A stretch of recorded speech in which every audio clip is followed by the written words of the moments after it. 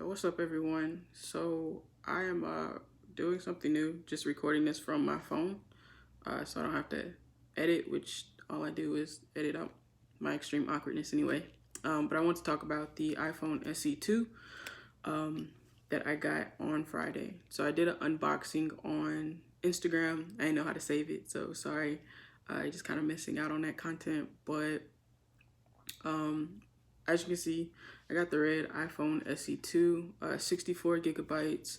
After taxes, it was $499.99, which is not bad at all. I'm really excited about this phone.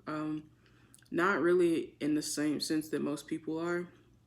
For me, I'm excited as a dev. I can use this as a business phone. Typically, I kind of want to have an Android phone as a business phone, but it's not as needed anymore. But I also want to try this out for my grandmother down the line. I think it's a great phone for beginner iPhone devs. Say you don't have an Apple device. This is a great entry-level phone. It's not expensive. Granted, I'm recording this on the XR, which was like $700, I think, $800. So this is kind of like half the price.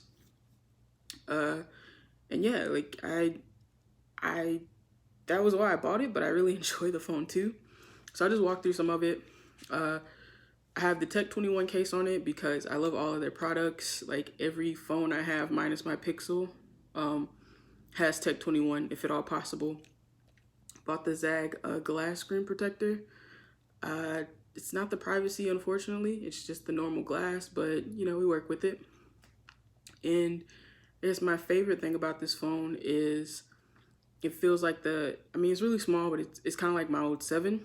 So you have the button down below. So I have Touch ID. I don't have to use my face anymore, which is amazing. You have the same like swipe actions as well. Like you swipe up to get the notification stuff here. You know, swipe down, see other stuff. Oh, wow. That's awkward. I didn't see that payment go through, but yeah, so it's just, for me, coming off the XR, like the phone feels like a baby phone. I don't have small hands either, so I don't know if that has something to do with it.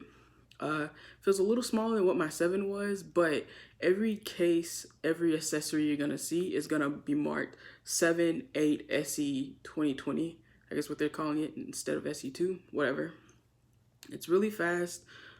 Even comparing pictures, I think compared to the XR, like picture quality to me, fairly similar. Granted, I am not a photographer like professionally or anything like that. So some of those in-depth things that other people might catch, I just haven't caught yet. Feels light in the pocket. I'm hopefully not gonna drop this one. I haven't yet. Sound quality, granted I called myself, but sound quality is good. Setup for me was a little rough.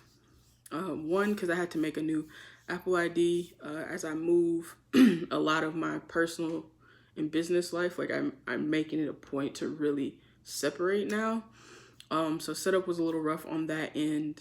And then for me getting the phone number together as well. Like I got a new business number during this process, and that was fairly difficult because of a service provider I was using, but I can talk in detail about that later.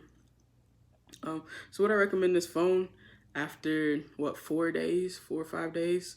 Yes, I would. Like I said, I think it's a perfect phone for your beginner developers. A lot of times, like, it's a lot easier to test on Android than it is iOS, and I think you want to test on a personal device when you go to these ain't nobody going to conferences, but when you go to conferences and you want to show off what you built, it's a lot easier to go pick up like a really cheap $50 Android device, like a Samsung J5 or something like that. One of the blue phones is what I always recommend. It's there, right? It's cheap, it's easily accessible, but when it comes to iOS developers getting into this space, I think it's really hard for them to justify that cost without just making it their personal phone. I think this is perfect. If you just love your Android phone, you don't want to switch, but you want to like push that, like, hey, I do make iOS apps, I have this available. Like a $400 investment, well, $500 after tax. I don't think it's too bad. Granted, I'm in a great position where it didn't hit me that hard, especially during this time. But I think long term, especially as a dev, you get into freelancing and stuff like that, it's gonna pay off in the end. When you think about older people, the only thing I'm possibly see as an issue, just thinking about like my grandmother, is eyesight, because the screen is smaller. But to me, she came from an SE, right? So I don't think she's really going to notice that the screen is smaller. I heard that my grandmother took my brother's old phone, which is fine. Like, if she wants to keep that, that's cool too. This will just be for, you know, my other grandmother, or, you know, any older person. If I were to recommend a phone, I think this is it. You can still make the text and things larger if you want to, if you need to, for eyesight reason. That's still a good option. But I think if you have like an older family member and they're just now getting a smartphone, I typically tell them to go iOS anyway. Just it's less thought, but you can pay for this right out. You don't have to really lease it. You don't do any of that. Like, unless you want to. Like, not knocking if you want to, but the cheapest and easiest way to get a phone that's gonna last you, what, maybe 4 to 5 years, I think is the lifespan of iOS phones before they discontinue updates. $500 ain't bad. Like, $500 is great. If that was the cost of phones, like in college, I would have had way more outside of the lab. So yeah, and then like, past that, just in general, my score on a scale of 1 to 10 right now, it's really a 10. I really like this. My developer side likes it, so we're just gonna rock with it. I'll make another update in a couple of months as I use it more.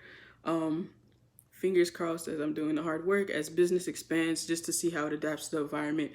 But I don't think it's going to be an issue because, like I said, I use the X-arm recording arm as a daily driver. So the only difference is like it's not tied to my personal Apple account. Excuse me. So I had to switch some things up. But I think it'll be pretty seamless. I think I'm going to still end up liking it. And I think I might end up like liking it more than the XR, which is crazy.